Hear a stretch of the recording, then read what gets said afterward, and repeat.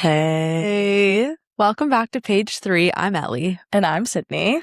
And if you follow us, you can see that we're no steps closer to Our goal of achieving consistency. achieving consistency. I will say that today's topic, I feel like we're kind of like a broken record with this one, but like we are kind of like in a big transition period. We definitely underestimated what that period would look like, I think, which is where today's episode topic comes from. We thought initially that I would move here.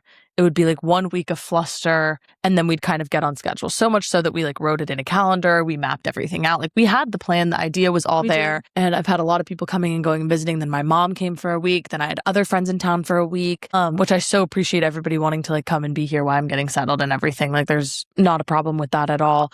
But it definitely made our schedule harder. Ellie recently started a new job. So I think things have just taken a lot longer for the dust to settle than we anticipated. And with that and the stress of just what we're dealing with in general outside of this has led to a lack of consistency, which, saying it right now, we really so truly, we just talked about it, have a plan. I no longer have people in town starting tomorrow. And with that will become some time to like really settle into our routine. And it's no more vacation time. It's very real now. And time. Yeah. So we do have a plan. We do have some consistency coming up.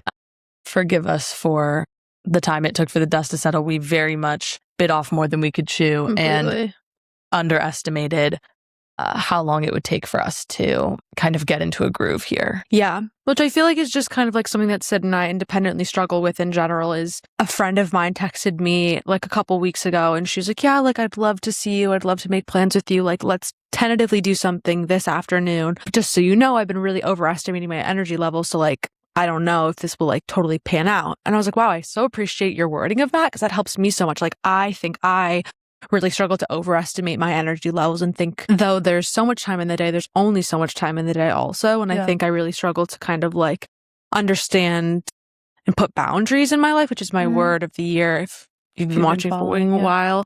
So we wanted to talk today just about like mental health update. Yeah. What we're doing to kind of try to work on our mental health, the habits that we've been kind of like incorporating into our lives, and just I guess like a little bit of a check-in. Yeah. I also want to say that we are really trying to focus in this new stage of us being in the same place and like really putting the energy into the podcast as us being in the same place and forming that new routine. We're really trying to focus on quality over quantity. And obviously we don't want to take weeks off where we don't post and we don't want to have that level of inconsistency. But we did try to film for last Wednesday, and I will never play that clip on the internet, but I could not form a string of words together that was coherent at all because I was so like my brain was just fried.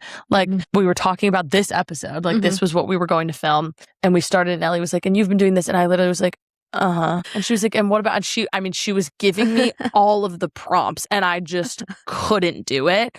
And we totally could have put out that episode and it would have been very real and realistic of how I was feeling, but it just wouldn't have been a quality episode for you guys to listen to or care about in that way. And so obviously forgive us for the inconsistency, but just know that it comes from a really good place of wanting to put out stuff that is worth you watching and worth the support. And we're trying to build like longevity and community here. Yeah, and I think also a big part of that too is like understanding what it looks like to kind of show up on camera every week is it's very interesting.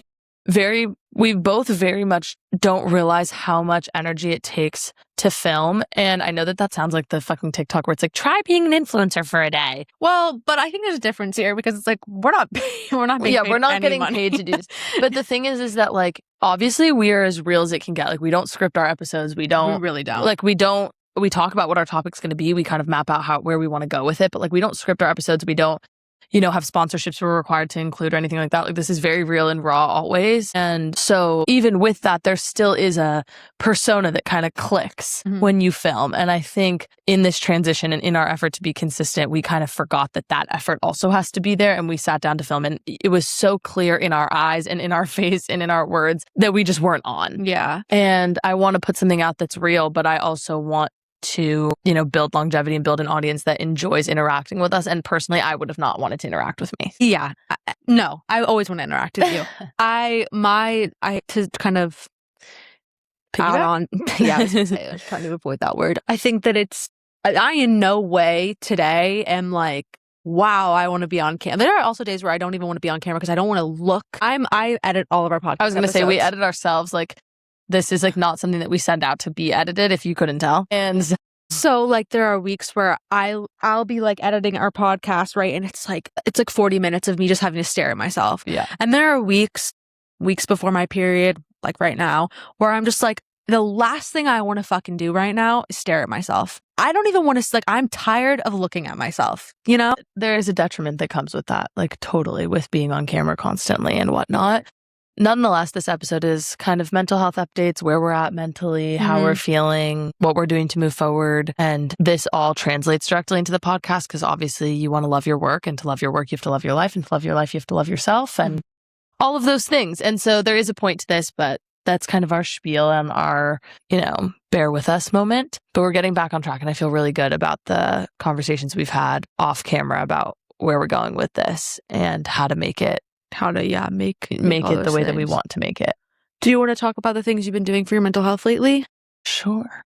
Sorry, I'm sitting forward so that the lighting of the camera autofocuses. So ignore that I'm really up here. I can't fucking figure out the fucking lighting and I just give up. So our dear friend Afton, who's been on the podcast, as you guys know, who's also a very, very close personal friend in my life, recommended to me maybe I will say it on the internet now. The breakup that I went through was not the best. And I can't even speak on it because there's be nothing productive to add to the to the internet. I have many they're productive, but they can't be on the internet. But the breakup was pretty bad and it was pretty traumatic, as is ending a 5-year relationship all on its own without the other things that came with it.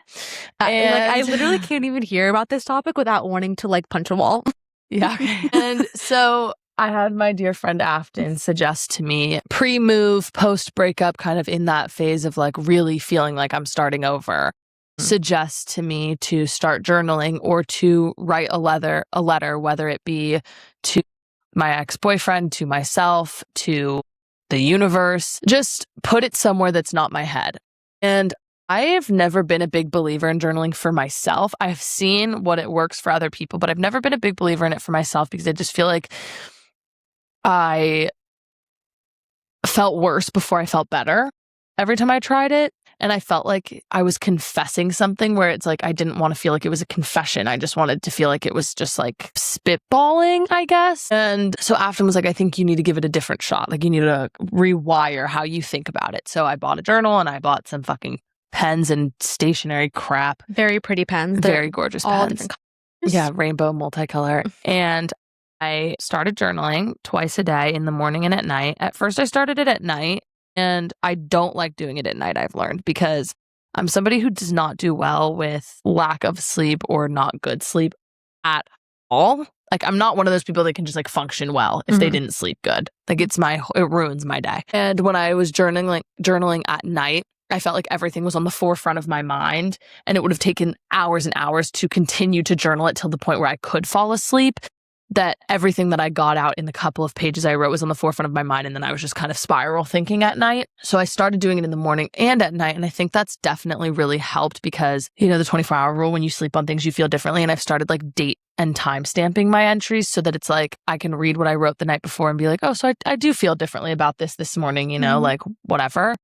And I've just kind of been writing it instead of like as a diary, because when I was writing it as a diary, that's when it felt like a confession. I was like, this is a secret that nobody can read, and I'm hiding it in my locked away diary. Instead, I just started being like, okay, so today instead of like you think or that, like we think, like it was just like today and then just whatever happened after the first word. And do I think it's miraculously shifted my mental health in the 1 week I've been doing it? No, not at all. However, I do think it's one of those things that is not like, because there are things in mental health that do give you the immediate gratification of like the endorphin rush to make you feel better, working out, things like that, like jumping in the ocean, super like regulatory things that like really snap you into a better headspace. And journaling is not one of those. It's like very much a foundational longevity, like habit building, rewiring thing that takes a lot of time. So I'm trying to be patient with it, but I'm not a patient person. So I've been doing that. Me and Ellie have been walking every day, which I think has honestly been one of the most beneficial things to me because me and Ellie talk every day, constantly, all the time. Like there is not 1 minute in which she does not have some sort of access to my day or my life or my thoughts. However, our walks have been really therapeutic for me because we have a destination, and on the way there, we're talking about one thing, and on the way back, we talk about another. And I feel like it's very much like, instead of beating a dead horse or texting about our in the moment thoughts, like we've had the whole day to think, and then we just kind of like talk about the one big thing on our mind. That's kind of been our routine right now. It's like whatever the one big thing is on our mind, and we talk it through, and then that's kind of it. And that's been really awesome. And then I've also been trying to be in the ocean or by the ocean every day, which is the most privileged fucking shit on earth. And I'm aware of it. But if you know me in real life, I want to live in a clamshell in the ocean. I am the meest of me when I am in the water, by the water, near the water. And I grew up with a parent who very much like, if I was like, I don't feel good, my head hurts, my joints hurt, he was like, go in the salt water, go in the water. I say, I feel sick. Okay, well, we're going to go swimming. Like, my dad is the biggest believer in saltwater heals everything. So I think I've kind of adopted that, and I actually do believe in it. And then I'm really trying to get in a routine of working out because I am one of those people that if 5 p.m. hits and I haven't worked out, I start getting the scaries, like really bad. So those are kind of the things I'm trying to implement. A lot of them are habitual, so it's going to take a lot of time. I'm also trying to get in a better habit of eating, not in a gross caloric counting way, but in a Ellie knows I have really bad eating habits in the sense that I let my mind get busy with other things, and all of a sudden I'm like, wow, I really feel like shit. I have no energy today. And I'm like, oh, didn't eat a good meal for breakfast or didn't eat at all. And not in a, I'm trying to be like skinny and cool way. And I'm distracted and can't keep track of one fucking thing way. So those are the things I'm trying to implement in my life. Thoughts, opinions? I think those are great things. What about you, my dear Els? Well, if I were to give you my real thought, it would be that there's one big thing I'd love to see you implement, but we're working on that independently. Ellie wants me to implement therapy. I even offered to find a therapist for her. But if you watched our episode on like catching up with your best friend like 6 months ago, we talked about my traumatic therapy reasons why I don't go back. One, my therapist snitching on me to my parents, and the other one ghosting me. So I'm not like super keen on that, but I'm not anti-therapy by any means. I'm very, very pro-therapy. I'm just an avoidant. I learned that word this week. Wait, I say the story. Okay, so we're walking on the beach. We're having our beach walk, whatever. I'm like super overstimulated. And like when I get overstimulated, I get pissed off. And you shut down. And I shut down. And so I'm walking with Syd and I'm just like, I'm angry. Like I am irate. We're walking, whatever. We're talking about different things. And then Syd starts talking about stuff. And then because I care about her so much, like sometimes I'll get mad. I'll be like, Sydney, please, just please do what I'm saying, please. And obviously she's our own independent person. She's allowed to do whatever she wants. And so most of the time she won't take my advice. And so we're sitting there, we're on this walk. We're talking about different things. She's like, I'm avoidant. And I was like, oh, I would say like you're anxious avoidant. She's like, what? She goes, wait, what? I go, like anxious attachment. She goes, I don't know what that is. I literally for probably 1 minute straight went, wait, are you bullshitting me? She was like, is this a prank? Are you pranking me? Is this a joke? And I'm sitting there being like, I didn't even know what the word avoidant was. Like I was just kind of saying it because it felt like she had said it to me before, as in like, you are avoidant. So I was like, yeah, okay, sure, whatever she says. So I just used it in the sentence, and she really thought I knew. I actually couldn't believe that she didn't know what anxious attachment was. And I was like, Sydney, I love you with my whole being. And I love you, and I know that you are anxious attachment. And she was like, and I was like, I think I've seen Sydney do anything without anxiety. I have never seen you do any single thing without some form of anxiety. The best part was when we were walking there and we were talking about something. Therapy. We're talking about so in an update, like I kind of stopped going to therapy, I don't know, some months ago. And I actually thought that was good because I was in therapy straight for 7 years. And I think I needed a break just to realize and step back and really evaluate, what do I want to work on? What's drawing me in? What are my big things that I really am noticing, instead of kind of being in the cadence of going weekly and not really having an end point in sight or an end point anywhere. And one of my favorite quotes is, if you don't know where you're going, any path will get you there. So I really wanted that time to step back. And then, so I found a therapist that a friend of mine had kind of recommended to me. And I'd never really gone to a therapist that was queer. And I didn't really think it was that important, honestly, until one of my best friends, Maddie, she was like, you don't even know how amazing it is to have like a queer therapist and understands the dynamics of queer relationships. I deal with a lot of like relationship anxiety and a lot of like just anxiety when it comes to like just any relationship that I have. My friendships bring me a lot of anxiety for no fault of anybody. Just that's just the way that I operate. And I kind of find myself in those different kind of things. And so my friend was telling me, she's like, you don't know like how great it is to kind of talk about like being queer and the struggles of being queer with somebody that actually gets it. And so I like was like, okay, like maybe I'll try getting a queer therapist. I talked to a friend. I put myself on this list. They gave me a call on Friday. I take the call. We're talking, and like in the quickest amount of time, I knew we weren't going to be a good fit. I just knew it immediately. So I'm on this phone call. It's 30 minutes long. I'm going through all this list of different things. I'm talking. I'm having this conversation. I'm like, oh my God, like I know it. I know in my bones this isn't right. And one of the things that I've always struggled with is saying no. That was going to be my word. And then I made a boundaries because I thought the no was Too harsh. and maybe bringing in like negative energy. So I made my word boundaries. Usually I'll say, anybody ask me anything, the answer is always yes. And then, lo and behold, I never actually meant yes. What I meant was absolutely the fuck not. But I'm going to say yes because I don't want to say no to you right now. And I'm going to fake an illness or an injury so that I don't have to go hang out with you because I'm too scared to fucking say no. So instead of she's like, how does all of this feel to me? What I wanted to say, horrible. I don't think we're going to work at all. What I did say was what I would have said in the past. Great. I'm loving this. I feel so great. What I said was, if we become client patient, one of the biggest things we're going to work on is boundaries. And I think the best way for me to start this relationship in therapy and the best way to honor myself in this moment is to say, I need time to think about it. Now, that wasn't a no, but that was putting it on the back But more burner. importantly, it was progress. It was progress. That was the most honest you've been with somebody in a minute. Very. So I went and I was walking, and Syd and I were walking, and you said something to me, which was my favorite line, which is, if I thought about anything normally, I wouldn't be here. Oh, yeah. She was like, she was saying how in the past she felt like therapists, she would talk about something. Her therapist would be like, oh, well, that's normal. And I go, well, why didn't you say, if I thought about anything fucking normally, I wouldn't fucking be here. Literally. So I just an in the moment flip off. It was such a fun little. It was just funny. Anyway, so that was my update. I'm not going to go to this therapist. I'm burnt out. I don't fucking feel like it. I don't fucking feel like doing anything lately. If that's my honest truth. Yeah, heard. Yeah. I just feel, I don't know what's going on with me lately, but it's like, the best way that I can describe it is like, I know, I can see the past version of myself that really cared about what people, like I would, okay, one of the biggest. A switch flipped in you, dead ass. I swear to fucking God, no. Let me speak my truth. Switch flipped in Ellie like a month ago, maybe. And all of a sudden, like 60% of her people-pleasing tendencies just died.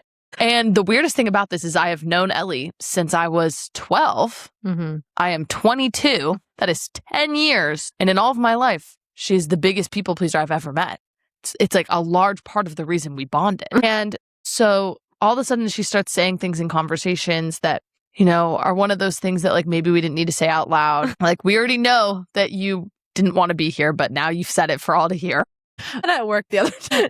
and then, or she'll like not hide her face anymore to make the group less awkward. Like, we'll be in a group and she like won't hide her face. She'll immediately be like, and I'm like, okay, I'm confused. Usually our dynamic is I give you eyes and we know that we're talking about this later, not we're apparently talking about it in front of everyone. I think it came from... Your sense of saving face has died. Completely died. And I have no idea what happened in the last month, but I actually think like every fuck you've ever given, dead. It's literally gone. Dead in the fucking water. I really don't, like, I was such a people pleaser for so long, and I swear to God, I woke up one day. I think it's from your job. Maybe that's a great thing. Like, I really have no more fucks to give. I have none. I woke up one morning and I was like, I can't fucking do this anymore. I don't care what you think. I don't care what you want. I spent my whole fucking life giving a shit about what other people think, taking care of them, giving them, and emptying my well. And then I woke up one day and I was like, what the fuck is the point of this shit? I think it's because somebody that I gave to was not like, it was just a pattern of me giving and giving and giving and giving and giving and not being given back to. And I was like, done. I'm done. Also, like, here's the thing. Super proud of you. I'm super happy for you, bro. Thank you, darling. It's a great progress in your direction. Thank you. Secondly, on that note, I'm taking it a bit personally these days because... Wait, why? No, it's funny. Okay. Don't get anxious. Yeah. Because the dynamic of Ellie and then her girlfriend and me is that typically if I do something, say something, think something, I'm anxious about something that I want some coddling on before I'm willing to like face it, I usually go to Ellie and I'm like, listen. And she's immediate. I'm not judging you. I love you. How do you feel about this? And then when I'm ready, I go to her girlfriend who just shoots straight. Mm-hmm. And she will immediately be like, her last text to me was, girl, I love supporting you, but what the fuck? Deadass. I swear to fucking God, those are the last words in our text messages right now is her going, girl, I love supporting you, but what the fuck? After I confess something to her. So that's typically the dynamic because I tell Ellie first and then I tell her girlfriend after. when I'm ready to really, face the music. These days, No, because she actually made me so mad with something that she did a couple of weeks ago. No, actually days ago. It was mere days ago. It was Tuesday. She goes, she comes in, she tells me, I knew it in my heart and soul. I left her for 12 motherfucking hours. 12 hours. And I came back and I was like, God, what? I wish I could tell the internet about this. You don't even understand how deep in my fucking bones I want to tell the internet about this. So badly. I would so badly. The only reason I wouldn't let you is because it would give somebody an unnecessary in. The other reason I wouldn't put this on the internet is because my fucking parents watch this. Oh yeah. Hey. And I love them and I tell my mother everything, but not this. So she did something. I come in the next day. I'm like, she tells me I'm pissed. I'm like, you know what? I can't even, I gotta pass custody over. I immediately ring my girlfriend. I'm like, you know what? I know she's on her way to work right now. She's going to answer. I pick up the phone. Bang. I'm like, you got to tell her immediately. I can't keep this in. Keep in mind, usually Ellie knows that I'm going to tell her something and I need a waiting period. And so our new dynamic is that you shoot straight and then your girlfriend shoots straight. Keep in mind, I have another best friend who I love deeply, and he is also more similar to your girlfriend in the dynamic that he's just going to tell me and he doesn't give a fuck if it hurts my feelings. And Ellie and him are my two best friends since I was 12. So I know that they have known me through all my stages. So they can hurt my feelings and that's okay. I accept it. However, I say something and usually, typically, they don't always agree. So I kind of think I'm going to get two perspectives. I say something to both of them the other day. They're sitting. They immediately look at each other. I'm no longer in the conversation. I'm no longer a part of this anymore. I have been uninvited. And the two of them are like, are you fucking kidding me? And that's what I said. And that's what I told her to do. And that's what I said. They look at me. Ellie goes, I'm the chairman. What'd you say? I'm the chairman. No, I said we're the board of the directors. You're the CEO, and you just got fucking exiled. She's like, you just got fired. The board just fired you. And I'm like, fired me from my own life? No, what do literally. you even mean you fired me from my own fucking life? Dead ass. They're both here this morning before we film this episode. I start to say because and then she tells me more. This is my okay. Syd and I have a problem. The biggest fight that Syd and I have been getting into recently is, and I quote, I ask her, Sydney, have you told me all of the information in X situation? Her, yeah. 2 days later.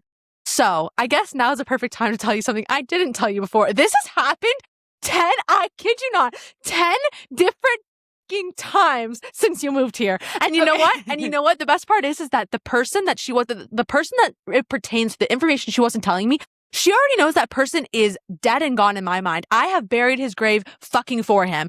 You could have told me anything and it would have honestly, maybe you shouldn't have told me in the moment because I would have been so fired up. I honestly, this morning when she was telling me something, I was seconds away. I literally cannot. Like, keep in mind, my other best friend who is here had the exact same fucking reaction when I told him last night. Him and my two other friends, they're all laying on the floor. I go, okay, guys, let me confess something. Everybody goes, oh. Because here's the problem. Whenever I say I need to confess something, it means I've told you this story 3 times, but now you're going to get the real truth. Because I have a really big fear of being judged. So I tell one version of the story, then I slowly add details every time until the third and final version comes out and it's the whole truth and nothing but the truth, because I'm really scared if I give it to you all at once, your reaction is going to hurt me. And I'm going to be judged and perceived in a way I don't want to be. So every time I gauge your reaction to these little details a little bit more until I tell you the truth, I know it's a problem. Him and my friend both immediately sit up and they go, what the fucking fuck, Sydney? And I'm like, yeah, okay.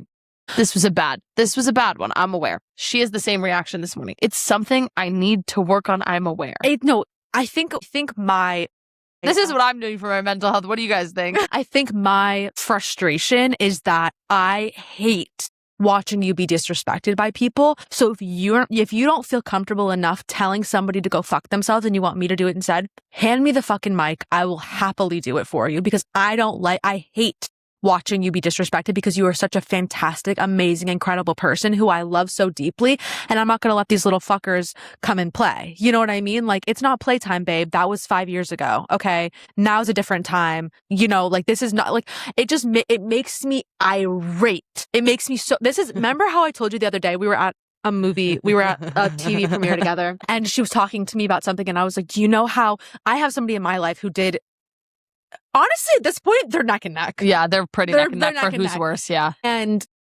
I had somebody who did a lot of really horrific things to me. Just a lot of blatant disrespect. And Sydney despises this person, despises them. And I'm like, do you see that feeling? Do you feel it inside of you? That's how I feel. But I just can't conceptualize it because I'm pretty sure the person who did that stuff to you is like dead ass. I swear to God, like the only person in my life I actually hate. Like I don't hate a lot of people, and you know that. Like I really don't. Like sometimes I'll be like, oh, I hate that person, and it's a joke. Like I always find the empathy for somebody. It is the only person in my life I hate. I want to make a deal right now with you that like, I really want to make a deal of like, I'll send the text if you do. I'll really craft this fucking text and be like, I'm done. This episode is now titled "Come to Therapy with Us" as two girls who don't have therapists. Come to therapy with us. For those who are not in therapy but have a best friend. That's fire! Boom. Okay. Also, this episode is also titled "Girls Who People Please Learning to Stand Up for Themselves." Only one of us is there. We're getting her there. Don't worry. Don't worry. If I have to drag you, if I have to drag you on a leash, I will drag you to no more people pleasing land. Last thing I'm doing for my mental health is last night I saw Noah Kahn at the Rose Bowl with one of the most important people in my life who became a part of my life because of Noah's music and is probably the only person on earth that feels and is as pretentious and annoying about music as I am. Yeah. And oh my God, there's this one time the two of them together and they were spitballing all these different brands. And I literally went, I have no idea you guys, I need you guys to slow down. I have no idea what the fuck you guys are talking about. And yeah, she is one of the most important people in my life. And we got to, we've both seen him separately 4 times. Amazing. And last night was the first time that we got to like, literally at one point we're holding hands, screaming his songs together. And that did more for me than any journaling has done for me ever. So that's the final, arguably most important thing I've done for my mental 100%. Incredible. It's all about giving back to yourself. Exactly. Nourishing myself, if you will. Exactly. Okay, so now we're going to go into book of the month because I can't spend one more second talking about my mental health. Yes, let's do book of the month. Hell yeah. Okay, book of the month. If you do not know, book of the month was Phoebe Berman's Gonna Lose It by Brooke from, well, she has her own entity, but you guys might know her from Brooke and Connor have a podcast. She's the fucking GOAT. She's amazing. This book is incredible. We have 2 weeks to cover now because of our lack of consistency. So, do you want to go first? Do you want me to go first? You go first. Okay, so chapters 9 through 16, roughly. I know I'm a little bit off because we talked about this last episode, but I fucked up the prologue, so just bear with me. And then 17 through 23-ish. So my 9 through 16, section 2 comments were, I'm so confused what the fuck Jonathan's problem is, TBH. I don't have too many opinions on Matthew or Finn. I don't dislike either of them. I love Sandy, and I have no idea who she's going to end up with. I said something similar. I said, fantastic. I love this story. Phoebe is so relatable and insane. It's fantastic. I just love Matthew. He's my favorite. Okay, I guess it said something completely different than you, so I don't know why I said that I said the same thing as you, because I didn't. This is just such a good story. I've been laughing out loud at work. I literally was listening to this book at work while I was doing like different spreadsheet stuff that I could listen at the same time. And I was laughing out loud. Totally. It's so funny. 9 through 16, I just was at this point very confused on Jonathan's dynamic. Like I couldn't tell if he was like low-key playing in her face and like being a shitty friend. Same. Or if there was something else going on. But then we got the big reveal in 17 through 23. And I said, this is a plot twist I never expected, but I'm low-key crying. This is so heartfelt and genuine in such a non-cheesy romantic way. And I love it. I think it's a beautiful show of a real life dynamic and things that actually are happening in people our age's life. Also, Jerry asking if Alex is single at the same time as Phoebe's on her date with Matthew, I think is so simple because at the beginning of the story, if you recall, she and Alex and all of her friends were at the bar, and she said that she felt the most like Alex when it came to matters of love and matters of the heart because they were both longing for it and never felt like they found the person. And so I think just that one line of Jerry asking if Alex was single, like we didn't have to get a big reveal. We don't have to know anything about their story, but we got to like see the two people that felt so parallel find the right things. And I just love that. I love Jonathan's like immediate raw honesty. I love the moment of her finding the shirt and it all clicking. And I love the fact that, because we've talked about this in past episodes, that in queer stories, it sometimes just really sucks blatantly that the struggle is always like the journey of being accepted and just making it out to be this like that is the only validity in a queer relationship is you having to come out. Like that's what makes it valid in love. And I loved so deeply that her hurt or his fear came nothing from acceptance, but because of her being like, but we're so close. Like, I hate that you kept a secret from me. It doesn't even matter what the secret is. It doesn't even matter that it's you're gay. It's just that you kept a secret from me at all. Like, you kept a secret from me about anything. Yeah. And I just thought that was such a sweet way to do it. And also I just thought that was really special. I loved her immediate reaction of her finding the shirt and being like, how could he not tell me? And she wasn't even mad, like, how could you not tell me when you knew I liked him? She was just like, how could you not tell me? Period. Yeah. And I loved her immediate reaction. And I just thought that was such a wonderful way to twist this, instead of making it like, oh, are the best friends gonna fall in love? Instead of making it a fucking fuck ass love triangle, like so real. So real. Mm-hmm. And I loved it. I agree with you. I think that this book, I'm a character reader through and through. I don't read for plot. I think plot needs to support the characters, but I love reading for incredible, dynamic, full-bodied characters. And all of these characters felt so real to me. And I loved the way when her friend was like, I just love her relationship with Jonathan. I think it's so great. I love her relationship with Matthew. I love Matthew. I literally love him so much. I think that the whole way that this has been dealt with in her inner monologue and everything she struggles with is so real. And her therapist, like her journey with therapy is just so incredible. Like, I really cannot speak higher enough about this book. I just think it was such a great, I just love Phoebe. I think she's such a fun character. Also, if you watched our other episode where we talk about like books you should read at this point in time, like if you are 20 something years old, anytime post grad, and you are figuring your life out and figuring out your love life and like, am I going to marry the person I'm dating? Am I single? Am I newly single? Am I whatever it is? If you are 20 something years old, you have to fucking read this book. This is now on my list for that. Same. That's such a great point, Syd. Like, honestly, I agree with you completely. I also saw this really healing TikTok the other day where it was a bunch of different friends and it was all of their things. Like, he owns a business, but he's super lonely. She has the love of her life, but she has no job at consistency. Like, she doesn't know where her next paycheck is coming from. It was all of them, and how like in their 20s, there's not like complete consistency all across the board. Yeah. And I loved this book. I thought it was such a great depiction of that. Not everything in your 20s is solidified and whatever. And we have one more section left. It's okay. And then we get to pick our September book of the month. I can't believe it's already September. That's insane. I can't believe it either, but I also am feeling so sentimental about the fact that it's already September and we literally started posting consistently in January. Like, we're really about to be full circle on this. I know. And I live here now and like, I don't know. I just am feeling this was such a perfect book for this point in time. This was such a perfect book for me right now, I feel like. Yeah. And yeah, that's where we're at. We have one more section and then we will announce book of the month for September. And I don't know. Once again, I hope you guys, this is like very raw and honest of us and an episode that I think is very important for both of us to put out there. And I just hope everybody understands the quality versus quantity thing we're talking about and is bearing with us on the consistency level, because we really do want, you know, to build a real community that has longevity, that's growing with us through all of this. And that knows who we are, really. Yeah. Knowing who we are is important. Showing you guys who we actually are. Like, we want the honesty level to be there and have like mutual respect for you guys and us. Yeah. And yeah. We love you. We'll see you in the next chapter. See you in the next chapter. Bye. Bye. Perfect. Okay.